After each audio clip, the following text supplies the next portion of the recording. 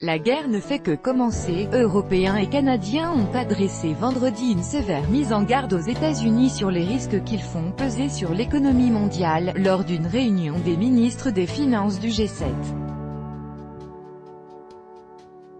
Français, britanniques et allemands ont été tendus, a résumé le ministre français des Finances Bruno Le Maire à l'issue de sessions de discussion à Whistler, une station de ski au nord de Vancouver.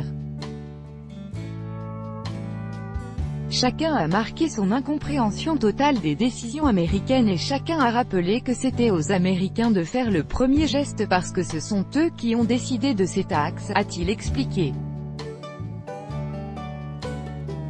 Les États-Unis seuls contre tous, le secrétaire américain au Trésor Steven Mnuchin a pris acte des récriminations tout en renvoyant les pays au sommet des chefs d'État la semaine prochaine au Québec, a indiqué une source canadienne. La veille, Ottawa avait annoncé des taxes punitives.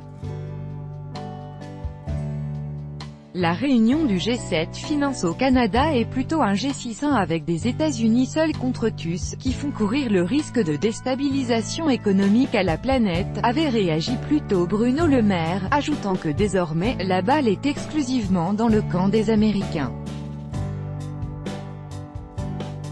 Donald Trump joue le tout pour le tout. Les États-Unis ont d'autant plus crispé leurs alliés que le président américain Donald Trump a suggéré des accords séparés avec le Canada et le Mexique pour remplacer le traité de libre-échange nord-américain, ALENA, qui lie pourtant les trois pays depuis 1994.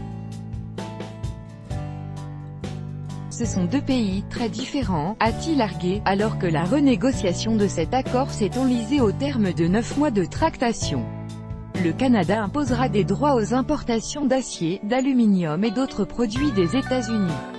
Ces droits de douane seront égaux à ceux que les États-Unis imposent à la population canadienne, au dollar près. Justin Trudeau, @Justin Trudeau, mail 31, 2018. Les taxes sur l'acier